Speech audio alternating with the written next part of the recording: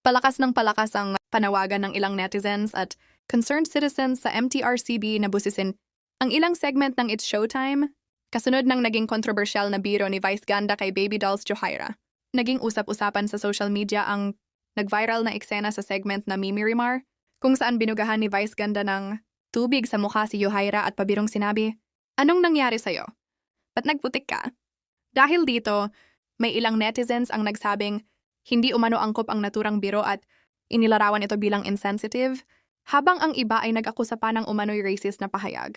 Marami sa mga nagbigay ng reaksyon ang nagpahayag ng pagkadismaya at nagsabing tila naging panlalait umano, ito sa kulay ng balat ng dancer.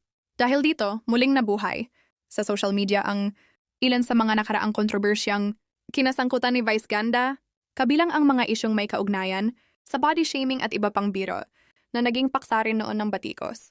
May ilan ding netizens ang nanawagan sa Movie and Television Review and Classification Board na suriin ang naturang segment. Ayon sa kanila, mahalagang matiyak na ang mga palabas sa telebisyon ay nananatiling naayon sa pamantayan ng responsableng pagbabalita at pagpapatawa, lalo na't napapanood ito ng iba't ibang edad. Sa kabilang banda, marami rin ang agad na dumepensa kay Vice Ganda.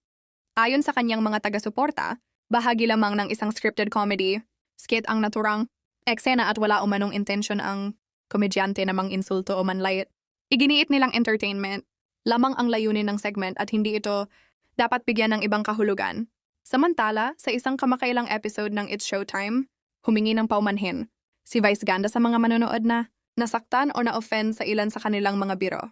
Anya, kinikilala nila ang saloobin ng madlang people at nangakong magiging mas maingat sa mga susunod na pagkakataon. Sa oras ng pagsulat, wala pang opisyal na pahayag ang MTRCB kung magsasagawa ito ng anumang action kaugnay sa isyu